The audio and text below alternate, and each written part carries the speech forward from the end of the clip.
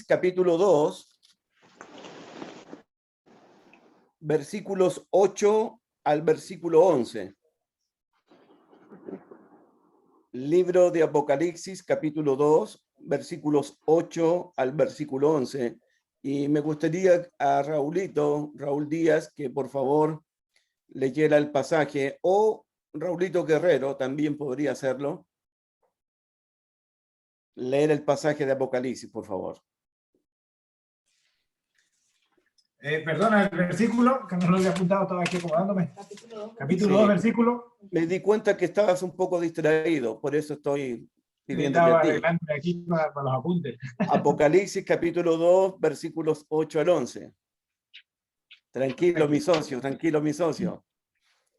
Y escribe al ángel de la iglesia en Esmirna, el primero y el postrero, el que estuvo muerto y vivió, dice esto: yo conozco tus obras y tu tribulación y tu pobreza, pero tú eres rico, y la blasfemia de los que se dicen ser judíos y no lo son, sino sinagoga de Satanás. No temas en nada lo que vas a padecer. He aquí, el diablo echará a alguno de vosotros en la cárcel para que seáis probados, y tendréis tribulaciones por 10 días. Sé fiel hasta la muerte, y yo te daré la corona de vida. El que tiene oído, oiga lo que el Espíritu dice a las iglesias. El que venciere no sufrirá daño de la segunda muerte. Ok, gracias, hermano Raúl. Voy a explicar algo de lo que está detrás del libro de Apocalipsis. Hubo muchos emperadores en el Imperio Romano, muchos, unos buenos, pero hubo dos emperadores muy crueles, como bestias.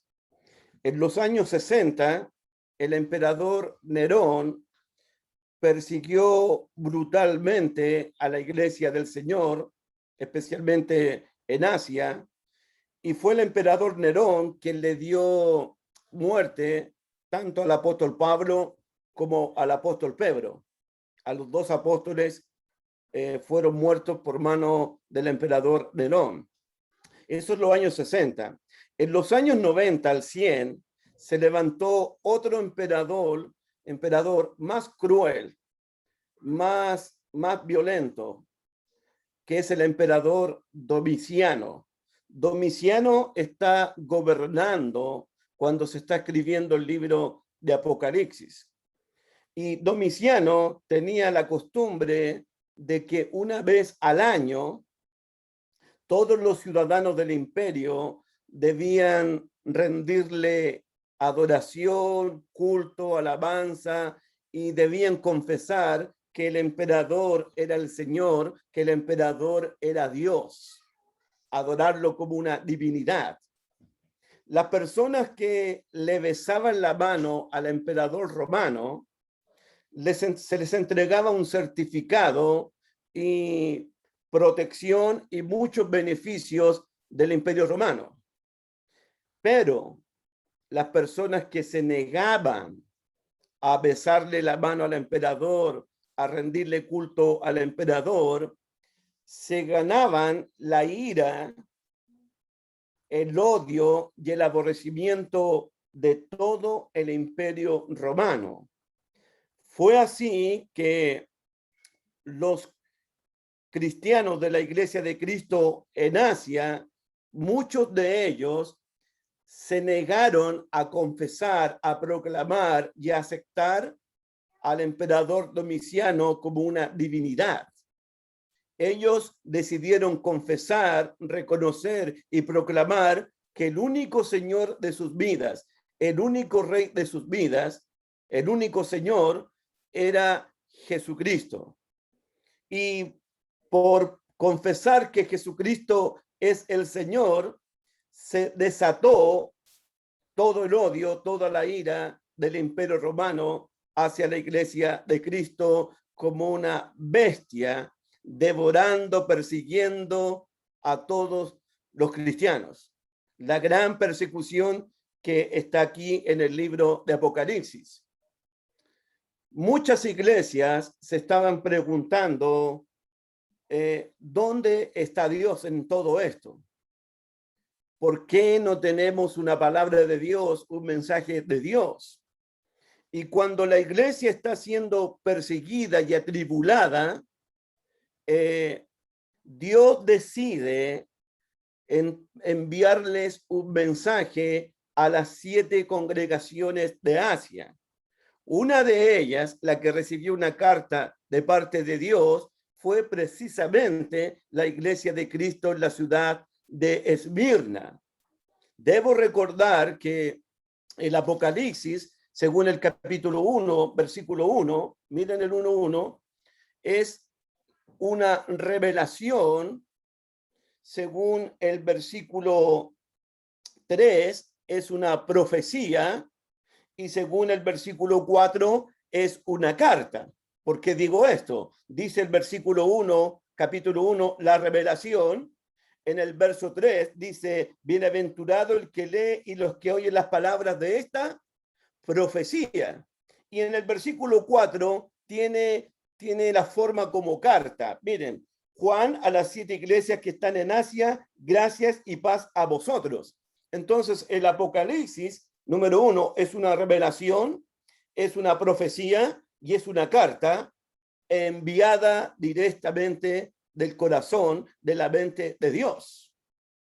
Entonces estamos en presencia de una profecía, de una revelación, de una carta. Dice el versículo 1, la revelación de Jesucristo que Dios le dio para manifestar a sus siervos las cosas que deben suceder pronto, y las declaró enviándolas por medio de su ángel a su siervo Juan. Entonces, la revelación, esta profecía, esta carta es de Dios. Dios se la entregó a su Hijo Jesucristo. Jesucristo se la envió al apóstol Juan por medio de un mensajero, por medio de su ángel. Juan se encontraba en la isla llamada de Pasmo, según el 1:9. Miren, 1:9. Yo, Juan, vuestro hermano y copartícipe vuestro en la tribulación, en el reino y en la paciencia de Jesucristo. Estaba en la isla llamada Pasmo por causa de la palabra de Dios y del testimonio de Jesucristo. Juan también estaba atribulado, Juan también había sido perseguido y estaba como prisionero allá en una isla, en la isla llamada de Pasmo. Juan recibe esta profecía, esta revelación, esta carta, y él tiene la responsabilidad de enviar esta carta a las 7 iglesias de Asia. Versículo 11, 1:11, que decía, yo soy el alfa y la omega, el primero y el último. Escribe en un libro lo que ves y envíalo a las 7 iglesias que están en Asia: a Efeso, Esmirna, Pérgamo, Tiatira, Sardes, Filadelfia y Laodicea. Ahí está el mensaje a las 7 iglesias. A nosotros en esta tarde nos corresponde la iglesia de Cristo en la ciudad de Esmirna. Personalmente creo que es la iglesia más perseguida, más atribulada, la iglesia que más sufrió en manos del emperador romano.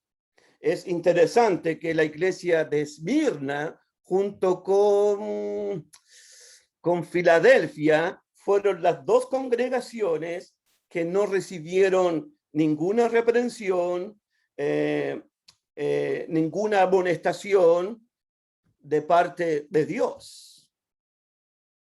Es lo que le digo a todos nuestros predicadores aquí en Santiago de Chile, que cuando la iglesia está sufriendo, está siendo atribulada, no necesita la iglesia escuchar un sermón de reprensión, un sermón de amonestación. Más bien, la iglesia necesita palabras de ánimo, palabras de fortaleza, palabras que traigan esperanza, que traigan refrigerio, que traigan salvación a las congregaciones.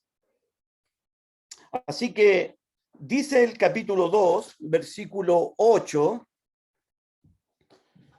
y escribe al ángel de la iglesia en Esmirna. Lo que veo en estos momentos es que la iglesia está siendo atribulada y de repente, ¡aló! Ha llegado carta. Ha llegado carta a la iglesia de Esmirna. Y la carta viene de parte de Dios, de parte de Jesucristo, y voy a explicar al final, de parte del Espíritu Santo de Dios. Imagínate, hermanos que están en Portugal, hermanos que están en Madrid, hermanos que están en Bilbao, hermanos que están en varias ciudades. Imagínate, estáis siendo atribulados, estáis siendo perseguidos, la estás pasando mal, y de repente te llega una carta de parte de Dios, firmada por Dios. Imagínate. ¡Qué alegría! ¡Qué gozo! De que hemos recibido carta directamente de parte de Dios. Esa es una alegría para la iglesia de Cristo en Esmirna. Versículo 8.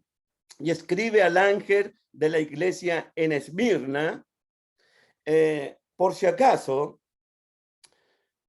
Esmirna es una de las hermosas y grandes ciudades del Imperio Romano.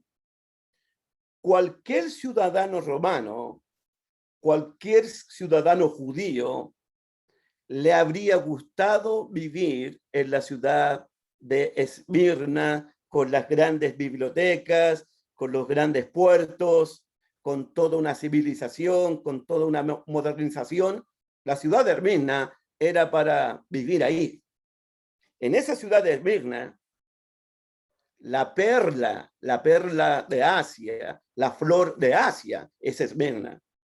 En esa ciudad de Esmirna existía una iglesia de Cristo, como la que está en Bilbao, en Portugal y en Madrid. Existía una iglesia de Cristo. ¿Cómo Jesús se presenta ante la iglesia de Esmirna? Versículo 8. Se presenta como el primero y el postrero, y luego se presenta como el que estuvo muerto y vivió, dice esto. Y anoten para su propio estudio, porque Jesús se presenta de una forma maravillosa frente a esta congregación. El primero y el postrero, y no es la primera vez. Miren Apocalipsis capítulo 1, Apocalipsis capítulo 1, por favor. Versículo 8, 1:8. Yo soy el alfa y la omega, principio y fin, primero y último. Miren el versículo 18. Miren el 18. Y el que vivió, el que vivo y estuve muerto. Disculpen, el versículo 17, es el 17. Cuando le vi, caí como muerto a sus pies, y él puso su diestra sobre mí, diciéndome, no temas, yo soy el primero y el último. Nuevamente. ¿Cómo termina el libro de Apocalipsis? Miren el capítulo 22, por favor. Capítulo 22, versículo 13. 22:13. ¿Cómo termina? Yo soy el alfa, yo soy la omega, yo soy el principio, el fin, el primero y el último. Todo lo que se dijo en el capítulo 1 está resumido en el 22:13. Fíjense, yo soy el alfa y la omega, capítulo 1, verso 8, el principio y el fin, capítulo 1, verso 8, y el primero y el último, capítulo 1, verso 17. Así se presenta Jesús, como el primero y el último. ¿Y qué significa eso? ¿Qué significa el primero y el último, el principio y el fin? El alfa y la omega. Número uno. Jesús está apropiándose para él mismo con las mismas características de Jehová en el Antiguo Testamento. Si usted lee en el profeta Isaías, Jehová dice, yo soy el primero y el último. Entonces, lo que significa es que Jesús se está presentando como Dios. como alguien eterno, como alguien divino, como el que es, el que era, el que ha de venir, el todopoderoso Dios. Así Jesús se presenta ante una iglesia que está sufriendo, que está siendo atribulada. El primero y el último, el principio y el fin, el alfa y la omega. Eso significa que Jesucristo es Dios, es todopoderoso, es omnipresente, es omnisciente. Y él sabe todo lo que está pasando con la iglesia de Cristo en Esmirna.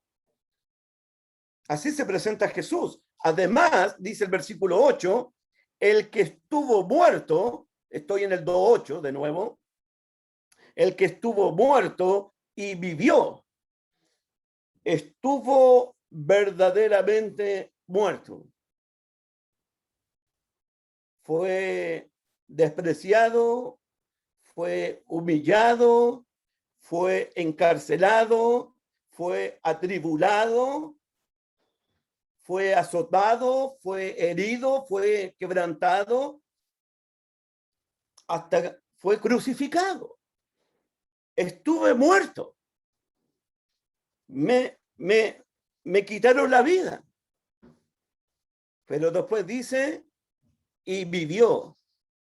Estuve muerto, pero vivo. ¿Por qué?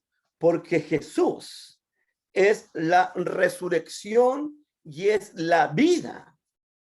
El Hades no pudo retenerlo, la muerte no pudo retenerlo, porque él venció la muerte.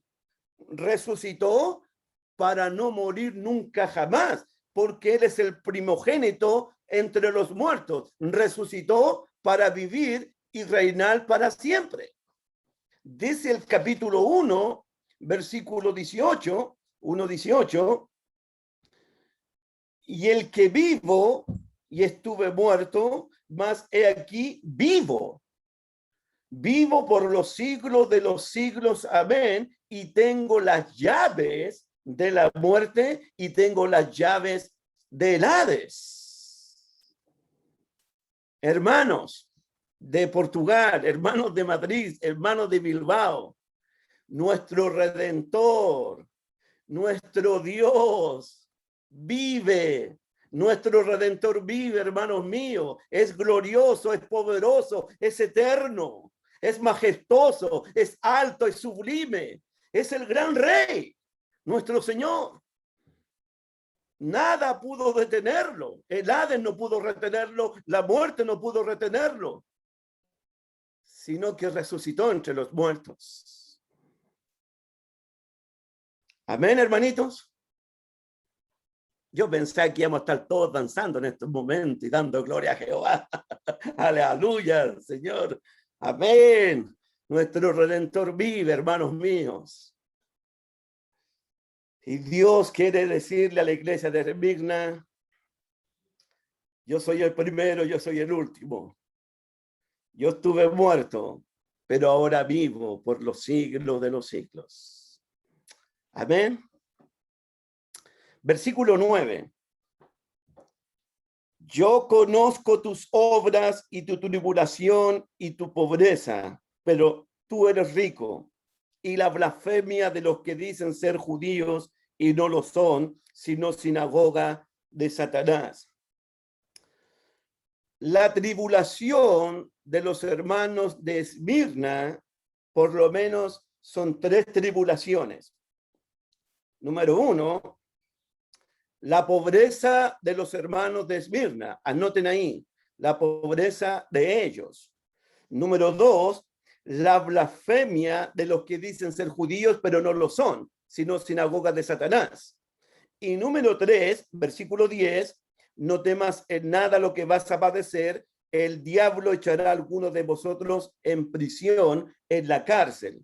Entonces, la tribulación de los hermanos de Esmirna podríamos separarla en 3 partes: pobreza material, blasfemia o insultos de los judíos, y 3, cárcel y prisión para los hermanos de Esmirna. Esa es la tribulación de ellos. Versículo 9 comienza diciendo, yo conozco.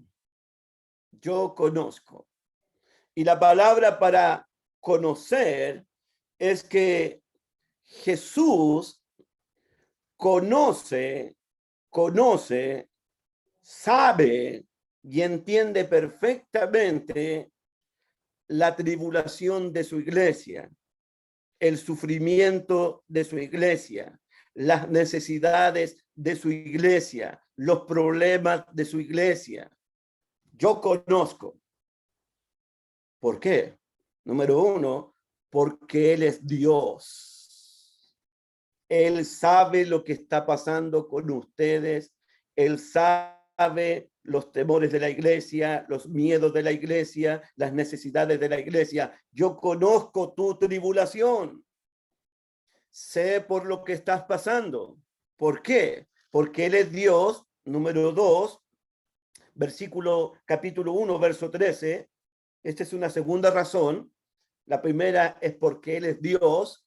La segunda es, y en medio de los 7 candeleros, uno semejante al Hijo del Hombre, vestido de una ropa que llegaba hasta los pies y ceñido por el pecho con un cinto de oro.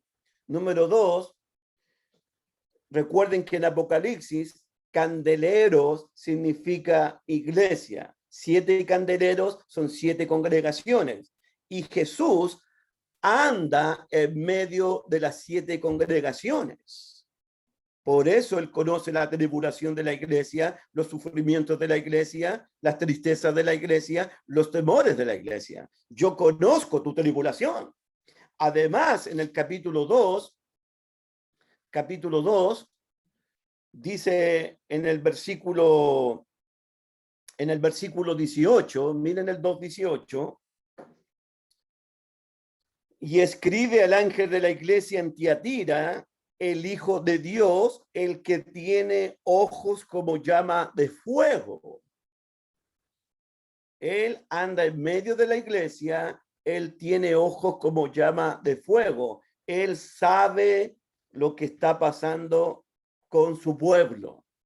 Y en el versículo 23, 2:23, ya sus hijos heriré de muerte y todas las iglesias sabrán que yo soy el que escudriño la mente y el corazón. Cuando Jesús dice en el 2:9, yo conozco tus obras y tu tribulación, número 1, porque Él es Dios. Número 2, porque Él anda en medio de los 7 candeleros. Número 3, porque Él tiene los ojos como llama de fuego. Y número 4, porque Él escudriña la mente y el corazón de su pueblo. Él sabe lo que está pasando su iglesia. Yo conozco tus obras y tu tribulación. La palabra para tribulación tiene el significado de que a los cristianos en Esmirna no solamente los están persiguiendo, los están aplastando, los están quebrantando, los están sometiendo a presiones extremas a ellos. Eso significa tribulación. Presión extrema, quebranto extremo. Eso es lo que significa, hermanos. Jesús dice, yo conozco tu tribulación. Luego dice en el verso 9, conozco tu pobreza. Por si acaso, hermanitos míos, la palabra para pobreza aquí no es pobreza espiritual. No es pobreza espiritual, es una pobreza material, totalmente. Y en la misma pobreza de las iglesias de Cristo de Macedonia. ¿Se acuerdan en 2 de Corintios? Su gran prueba de tribulación, su profunda pobreza. Las iglesias de Filipo, de Tesalónica y las iglesias alrededor. Entonces, los hermanos de Esmirna, hermanito, escúchame por favor. Los hermanos de Esmirna no eran pobres. No eran pobres. Eran extremadamente pobres. Eran los mendigos de Asia. Eran los menesterosos de Asia. Miseria material, pobreza material extrema, hermanos míos. Ninguna ayuda de Roma, ninguna ayuda de nadie. Y piensa en esto, piensa en esto. Si estos hermanos vivían en Esmirna, significa que tenían una buena posición económica, tenían buen trabajo, un buen negocio, una buena parcela, una buena finca, una buena casa. Pero lo que está detrás de este texto es que ellos quedaron en la calle extremadamente pobres y lo perdieron todo porque Roma les quitó todos sus bienes. Roma los empobreció a ellos. A ellos se les cerraron todas las puertas para comprar y para vender. Ellos no estaban recibiendo ayuda de nadie, absolutamente de nadie. Yo no sé si van a recibir una ayuda de la iglesia de la Odisea, que lo tenía todo, pero aquí no tenía nada. Entonces, estamos hablando de una gran tribulación, hermanos míos. Pobreza total, pobreza extrema, miseria total. Por confesar que Jesucristo era el Señor, lo perdieron todo. Por no negar al Hijo de Dios, por permanecer en la verdad, lo perdieron todos. Jesús no solamente conoce la pobreza de ellos, Jesús entiende la pobreza de ellos. ¿Por qué? Porque Jesús dijo allá en Lucas, las zorras tienen guarida, las aves tienen su nido, pero yo no tengo dónde recostar, no tengo ni una almohada donde recostar mi cabeza. Por eso todas las noches doy gracias a Dios por la almohada que tengo. Doy gracias a Dios por el jabón, por el champú, por el agua, por la pasta de dientes. Doy gracias a Dios por todo. Soy agradecido de Dios por todo. Jesús conoce la pobreza. Y hermanos, Jesús también conoce las necesidades de ustedes. También las conoce. Sabe cuánto han sufrido ustedes. Jesús sabe que ustedes quisieran estar en Venezuela. Jesús conoce el sufrimiento de ustedes. Él lo sabe eso. Él pasó por lo mismo. Él sufrió lo mismo.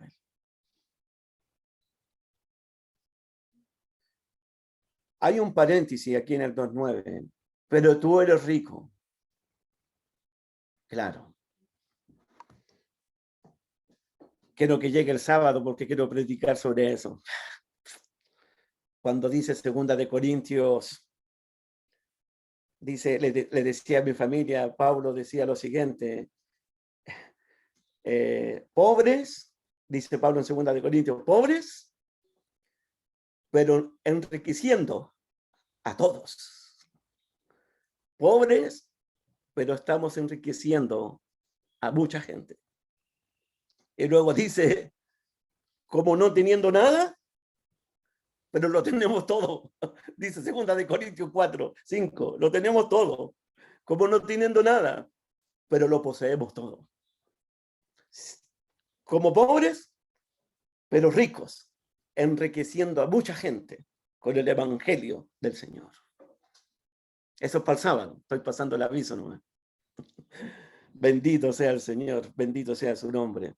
Yo conozco tus obras y tu tribulación y tu pobreza, pero tú eres rico, enriquecidos en Cristo. Él se hizo, siendo rico, se hizo pobre para enriquecernos a nosotros, bendecidos con toda bendición espiritual en los lugares celestiales en Cristo. Y la blasfemia de los que dicen ser judíos y no lo son, sino sinagogas de Satanás. ¿Se acuerdan en el ministerio de Jesús? Judíos blasfemando contra él, por Belcebú, príncipe de los demonios. Este es un bastardo, naciste en fornicación, hijo del carpintero. Jesús sabe lo que es ser insultado en la propia cara. Jesús sabe lo que significa la blasfemia de los judíos, y los propios apóstoles también fueron blasfemados y insultados por los judíos. Y aquí, terminando el primer siglo, los judíos siguen hablando mal de los cristianos, siguen insultando mal a los cristianos, siguen persiguiendo a los cristianos con insultos. Para Roma, chiquillos, para Roma, chiquillas, para Romas. Los cristianos eran la escoria del mundo, el basurero del mundo, el desperdicio del mundo. En serio. Eso lo voy a explicar también el sábado. El basurero, el desperdicio del mundo. Los judíos hablando mal de los cristianos, insultando a los cristianos, blasfemando a los cristianos. Y tú sabes y yo sé que cuando hablamos mal de los cristianos, estamos hablando mal de Cristo. Cuando perseguimos a los cristianos, estamos persiguiendo a Cristo. ¿Se acuerdan? Saulo, Saulo, ¿por qué me persigues? ¿Por qué me persigues? Saulo, cuando insultas a los cristianos, cuando persigues a los cristianos, cuando hablas mal contra los cristianos, me estás insultando a mí, me estás persiguiendo a mí. Por eso nosotros no hablamos mal de los cristianos, porque hablar de un hijo de Dios es hablar contra Cristo. Perseguir a un hijo de Dios es perseguir a Cristo. Pero estos judíos asociados con el Imperio Romano hablaban mal de los cristianos. Y la blasfemia de los que dicen ser judíos y no lo son. ¿Por qué no son judíos?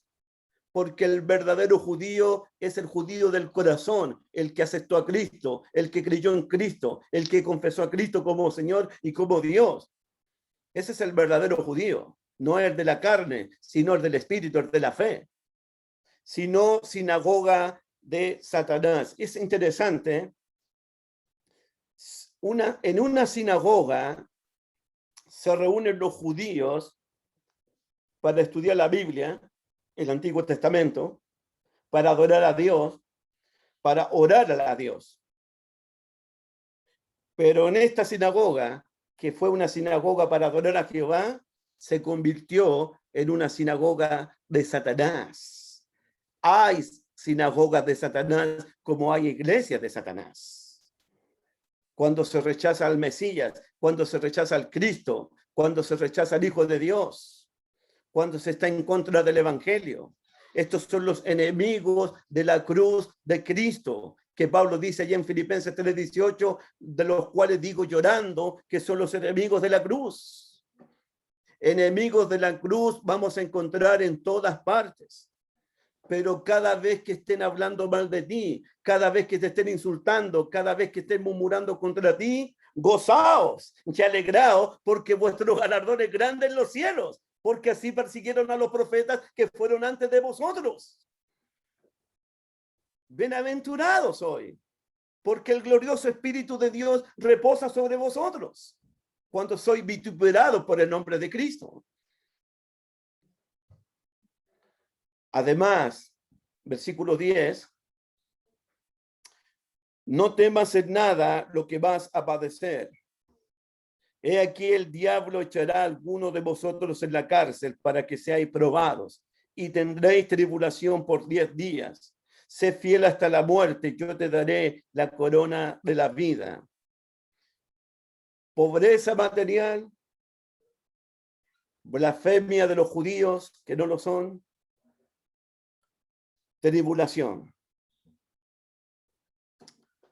¿Cuáles son las palabras de Cristo para una iglesia tribulada? Para una iglesia pobre, para una iglesia necesitada. ¿Cuál es la palabra de Jesús? No temas en nada. ¿Alguien sabe de los que están presentes cuántas veces aparece la palabra no temáis en la Biblia? ¿En toda la Biblia?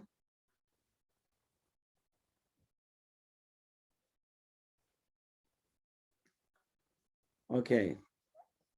Qué bueno, Raúl Guerrero, que digas que no sabes.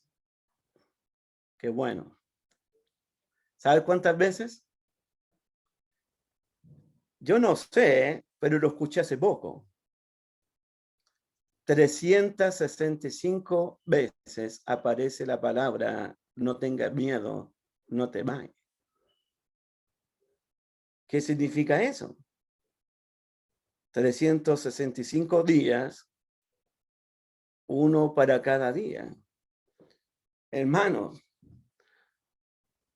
lo primero que escucho cada mañana que me despierto, ¿sabes lo que primero que escucho? No temas, Pedro.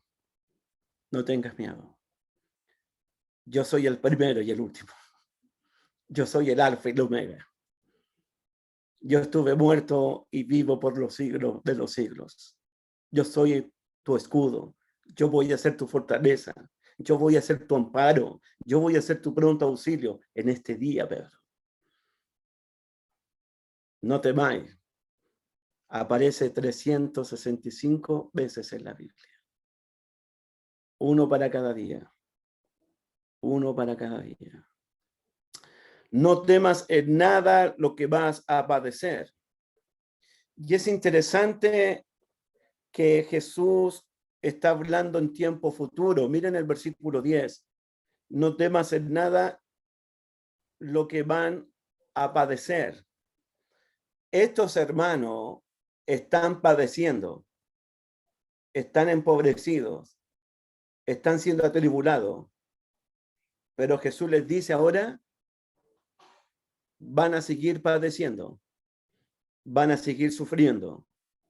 Esa es la palabra. Está en tiempo futuro. Miren, yo conozco tus obras y tu tribulación y tu pobreza. Versículo 10. No temas en nada lo que vas a padecer. Ellos ya están padeciendo, ya están siendo atribulados, pero continuarán las tribulaciones, continuarán la persecución, continuará el sufrimiento. Continuará. Y dice el versículo 10, he aquí el diablo echará a algunos de vosotros en la cárcel para que seáis probados y tendréis tribulación por 10 días. ¿No es el emperador Domiciano? ¿No son los judíos? ¿No son los soldados romanos? El diablo tiene sus instrumentos, hermanos míos. El emperador, un instrumento de Satanás. Es interesante que usa la palabra diablo y en el versículo 9 usó la palabra Satanás. Miren el 9, al final usa la palabra Satanás y en el 10 usa la palabra diablo. Hay alguna intención ahí. Hay alguna intención.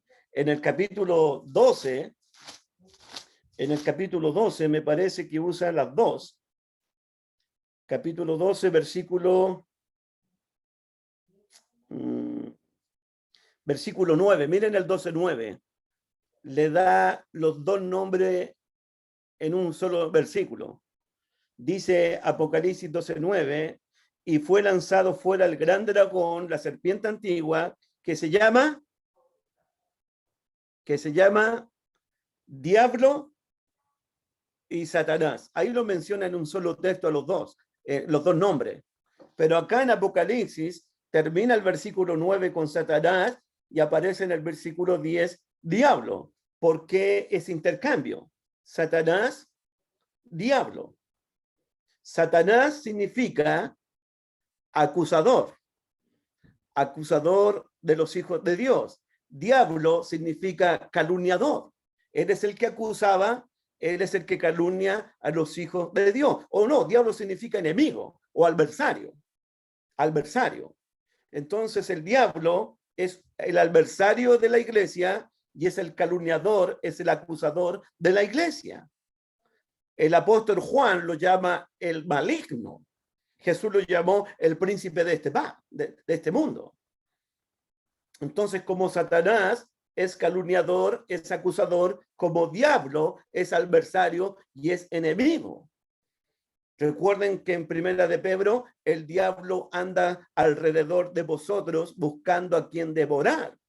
No es el emperador romano, no son los judíos, no son los soldados romanos, son los instrumentos del diablo, son los instrumentos de Satanás.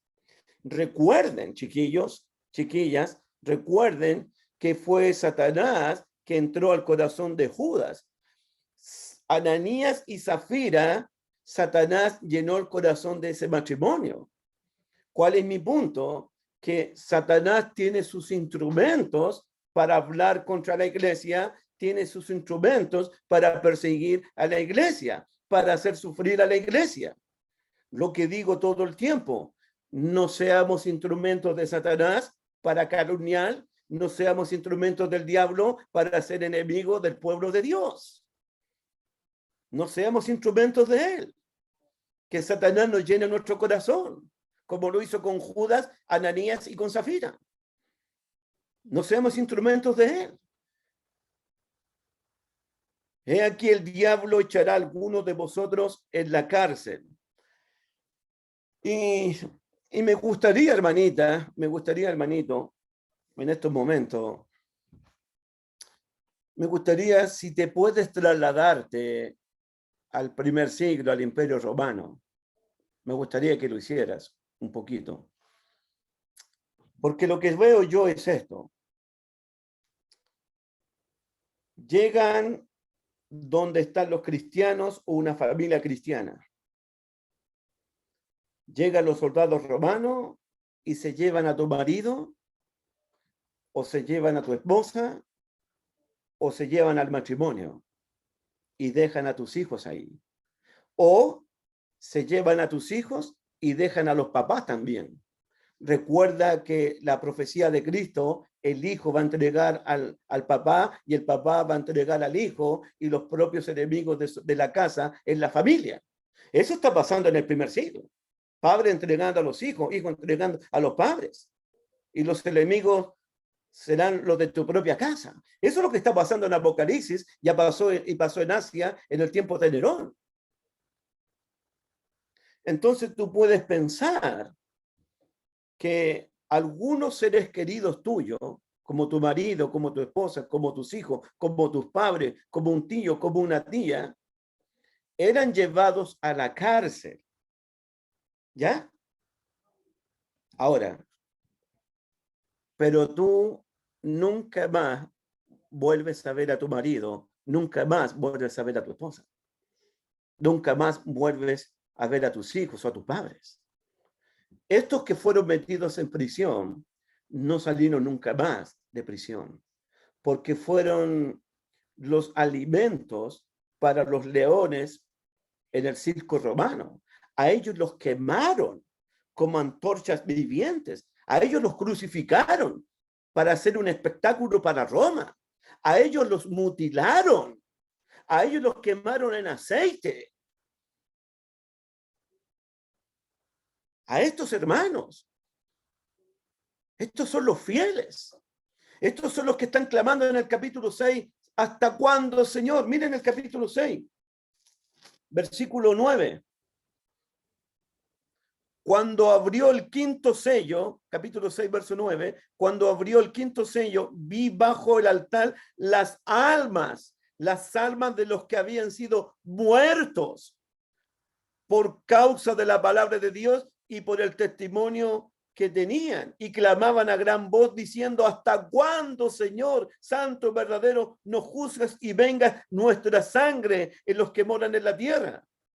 Y se le dieron vestiduras blancas y se les dijo que descansasen todavía un poco de tiempo hasta que se completara el número de sus consiervos y sus hermanos, que también habían de ser muertos como ellos. Van a morir más cristianos.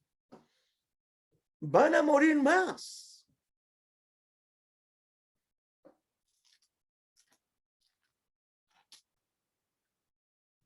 Esa es la verdad, hermanos míos, detrás del texto. Van a morir más cristianos, van a sufrir más. En el capítulo 12, versículo 11, tenemos otra alusión a ellos. En el capítulo 12, verso 11, otra alusión. Miren, Apocalipsis 12, verso 11, otra alusión a ellos.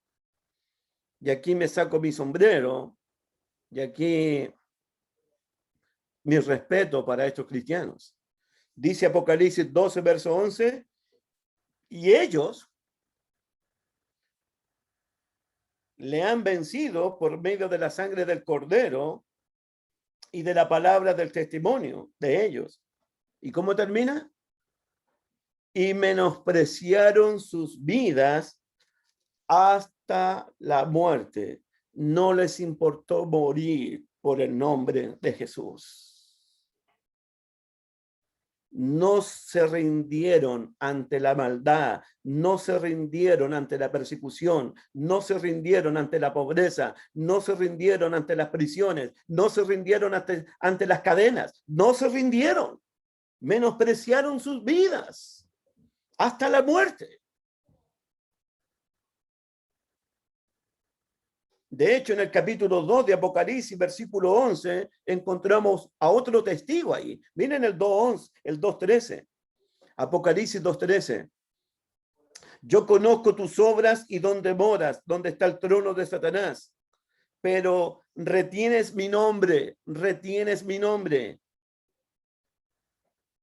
Y no has negado mi fe, no la has negado, ni aún en los días en que Antipas, mi testigo fiel, fue muerto entre vosotros donde mora Satanás. Antipas es otro testigo, otro fiel, otro que prefirió morir antes de besarle la mano al emperador, antes de rendirse al Imperio Romano.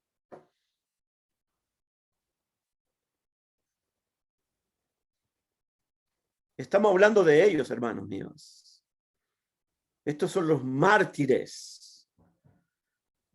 que sufrieron pobreza extrema, fueron blasfemados por todos lados, perseguidos por todos lados, fueron encarcelados, fueron tomados como prisioneros, pero nunca negaron el nombre de Jesús. Ellos sabían probablemente lo que Jesús dijo allá en Mateo 10, cualquiera pues que me niegue delante de los hombres, yo le negaré delante de mi Padre y de los santos ángeles, pero cualquiera que me confiese, cualquiera que me honre, cualquiera que me glorifique delante de los hombres, yo le voy a honrar, yo le voy a confesar delante de mi Padre y sus santos ángeles. Ellos no negaron a Jesús.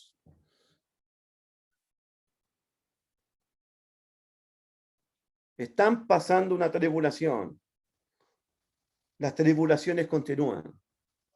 Y el diablo está detrás de todo esto. Versículo 10, 2:10. No temas en nada lo que vas a padecer. He aquí el diablo echará a algunos de vosotros en la cárcel para que seáis probados. La tribulación, el perseguimiento, la pobreza, la prueba tiene como propósito probar la fe del cristiano, saber lo que hay en nuestro corazón, porque a pesar de mi pobreza, a pesar de mis necesidades, a pesar de la blasfemia de los que dicen ser judíos, a pesar que estoy siendo perseguido, a pesar que estoy siendo encarcelado, seguiré amando al Señor, seguiré glorificando el nombre de Cristo? ¿Seguiré confesándolo? ¿Seguiré creyendo en Él?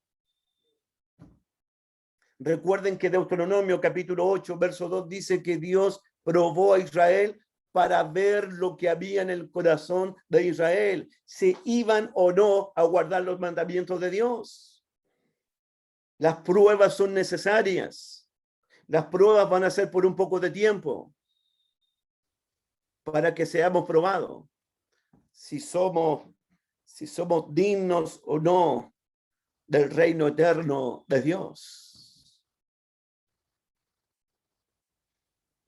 Y tendréis tribulación por 10 días. La palabra para 10 días me parece a mí que es un corto de tiempo, un poco de tiempo.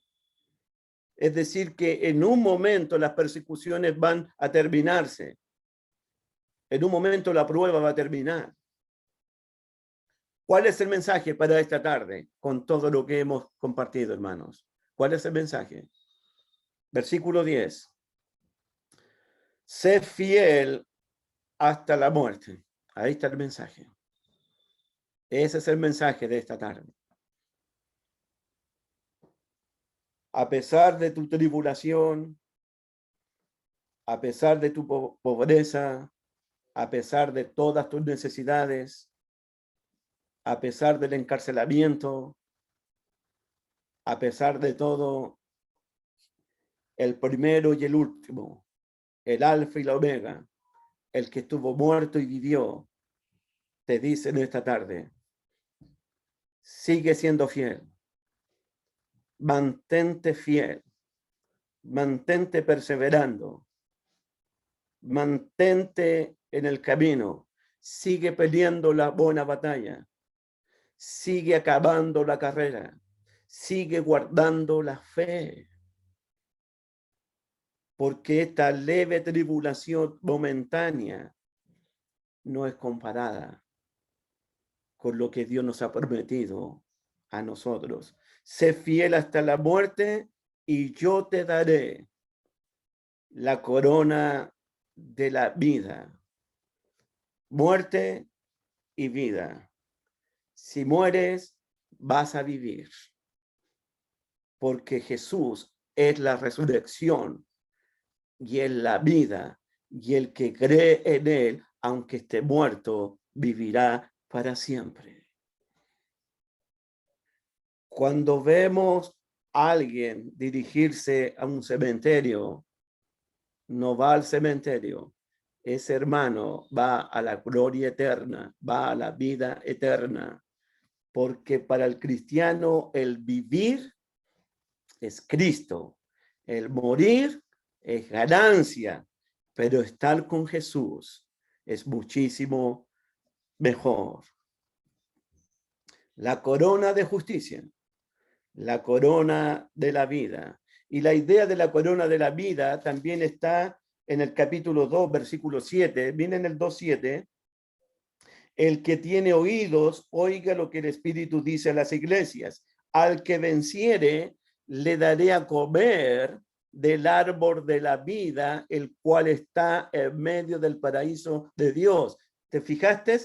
Árbol de la vida, corona de la vida. ¿Te das cuenta? Árbol de la vida, corona de vida. Lo que Jesús está prometiendo, lo que siempre ha prometido, la vida eterna, vivir para siempre. Cuando Jesús oró allá en Juan 17, Padre, a los que me has dado, a los que me entregaste, quiero que estén conmigo, donde yo voy a estar contigo, para que vean aquella gloria, aquel paraíso que tuve contigo antes que el mundo fuese. Esa es la promesa, hermanos míos. Esa es la promesa. Versículo 11, 2:11. El que tiene oídos, oiga lo que el Espíritu dice a las iglesias. ¿Se acuerdan cómo comencé? El Apocalipsis es una revelación de Dios. es una profecía de Dios y es una carta de Dios. En el versículo 8 es un mensaje del primero y el postrero, del que estuvo muerto y vivió, de Jesús. ¿Se acuerdan? Y ahora, ¿quién es mencionado? El Espíritu Santo. Es decir, que quien te ha hablado en esta tarde, bendito sea el Señor, bendito su nombre, es el Padre, es el Hijo y es el Espíritu Santo. Los tres te están diciendo, sigan fieles hasta la muerte. Y les vamos a dar la corona de la vida a cada uno de ustedes. Ha llegado carta del Padre, ha llegado carta del Hijo y ha llegado carta del Espíritu Santo de Dios. El que tiene oídos, oiga lo que el Espíritu dice a las iglesias. El que venciere, a pesar de la tribulación, a pesar de la pobreza, a pesar de la blasfemia, a pesar del encarcelamiento, de las prisiones, el que venciere. Somos más que vencedores por medio de aquel que nos amó. Y debemos estar seguros que ni la muerte, ni la vida, ni ángeles, ni principado, ni potestades, ni lo presente, ni lo porvenir, ni lo alto, ni lo bajo, ni el hambre, ni la espada, ni la persecución, nos podrían separar a nosotros del amor de Dios que es en Cristo Jesús, Señor nuestro, Señor nuestro. El que venciere no sufrirá daño de la segunda muerte. La segunda muerte tiene que ver simbólicamente con el lago de fuego, es la muerte segunda. La segunda muerte tiene que ver con la separación eterna entre el hombre y Dios. En pocas palabras, la segunda muerte es el castigo eterno, la perdición eterna, el infierno eterno.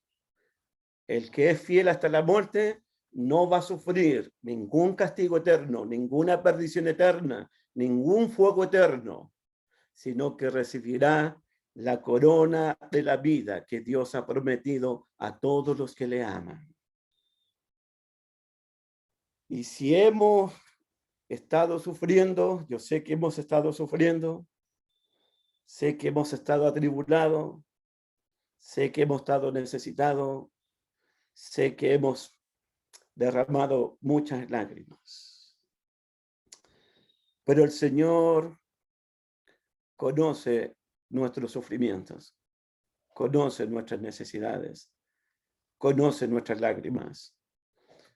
Termino con dos conceptos más. En Apocalipsis 21, algo que nos enseñó nuestro hermano Raúl, el chamito,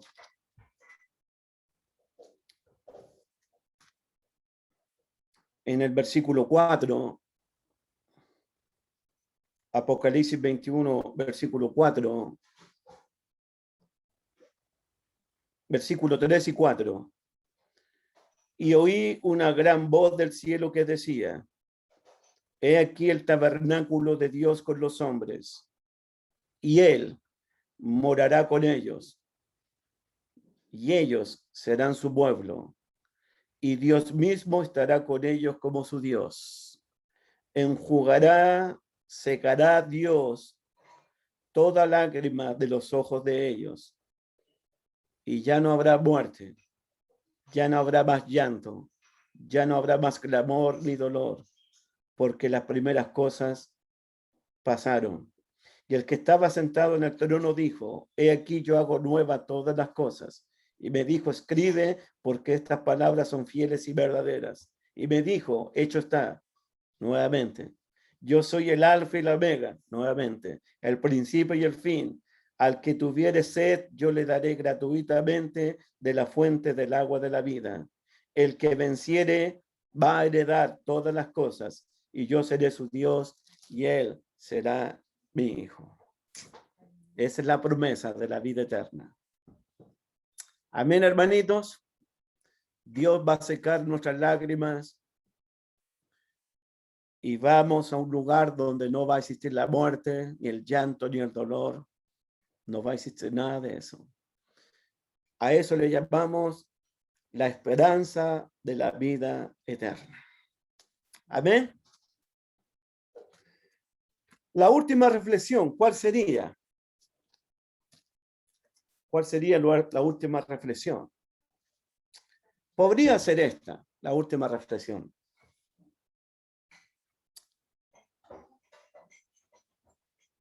¿Qué podría ser? ¿Qué podría ser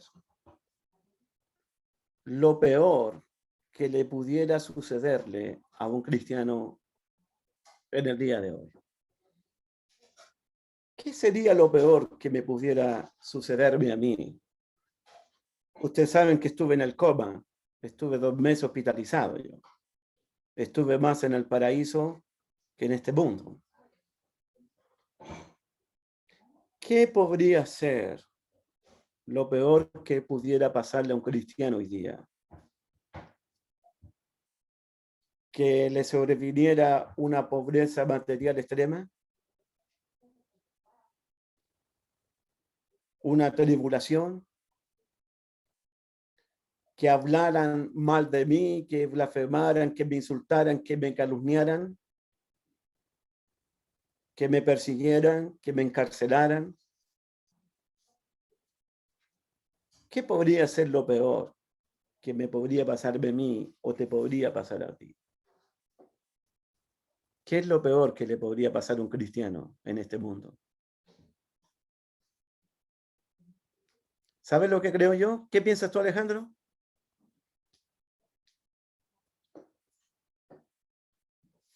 Creo que lo peor sería no ser fiel a Jesucristo hasta la muerte y perder la corona incorruptible, la corona de la vida. Una de las cosas que aprendí en el coma y cuando desperté, me dije a mí mismo, lo más importante es ser fiel al Señor. Ser fiel al Señor con todo lo que pase. Seguir peleando la buena batalla, seguir acabando la carrera, seguir guardando la fe. Eso jamás hay que perderlo. Mantengámonos fieles, hermanos. Y disculpen que el lunes no agradecí sus importantes oraciones por mí. Yo soy muy agradecido de ustedes. Muy, pero muy agradecido. Que estuvieran orando por mí, suplicando por mi vida. Y Dios, que da vida a los muertos, me devolvió la vida.